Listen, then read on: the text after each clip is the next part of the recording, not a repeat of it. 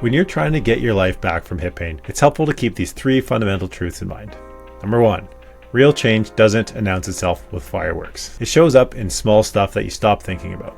2, your pain doesn't have to hit 0 for you to win. It just needs to get quiet down enough so that you can live again.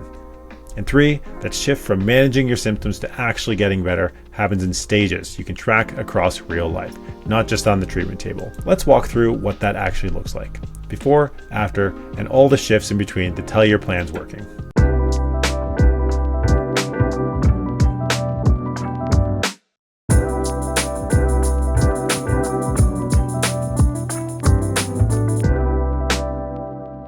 Before chiropractic care, your day starts with damage control. First steps feel like you're walking on broken glass. You're already at a 4 out of 10 before you even get dressed. The day hasn't even started and you're already losing. Then treatment kicks in. The first change isn't some miracle movement. It's legit.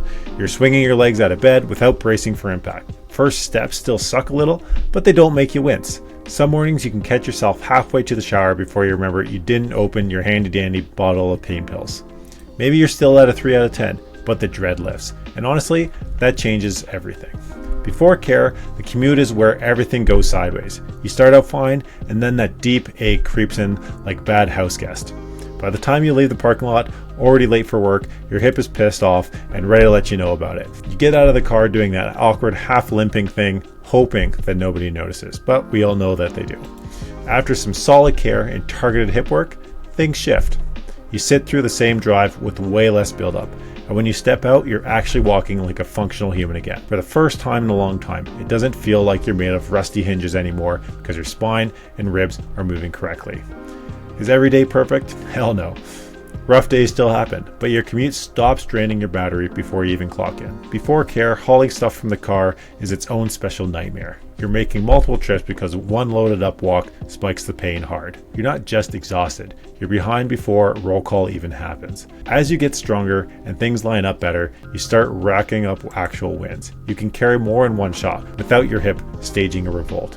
On decent days, you're walking across that parking lot thinking about your lesson plan, not cataloging every step. That's what change looks like. Not fanfare, just way less nonsense. Before care, that deep ache is the soundtrack to everything you do by mid-morning. You're focused on your students, but part of your brain is always managing the pain. Once your rehab clicks in, standing feels legit different. You make it through an entire block before you even think about your hip. You catch yourself standing balanced instead of listening to one side like a sinking ship. Leaning on stuff becomes occasional instead of constant. The pain at the end of class might still be there, but it's background noise now. Remember fundamental truth number 2? You don't need 0 pain. You just need it to quiet down enough to reclaim your mental space. Before care, standing up was a chore. Your hip seizes and you're basically doing a push-up off the furniture. Every time a kid needs help, you're running the numbers on whether it's worth the pain. After constant joint work and building on some actual strength, this changes in ways that matter. You bend down way smoother. Standing up feels like your legs are doing the work, not just some desperate furniture-assisted maneuvers. That constant mental calculation finally stops. Before care, your pain has climbed from a 4 to something way higher by the end of the day. By the time you get home, you want silence from the horizontal surface. No human interaction, and whatever's left goes on your personal life. Most days, that's not much.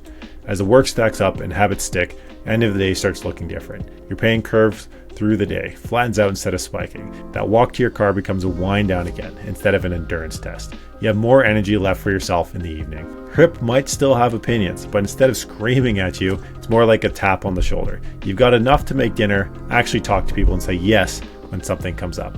Which brings us back to the fundamental truth number 3. Change happens in trackable stages. Early on, you get relief after visits, plus small wins like easier mornings. In the middle stage, good days start beating out bad ones, and your end of day pain drops to normal teaching days.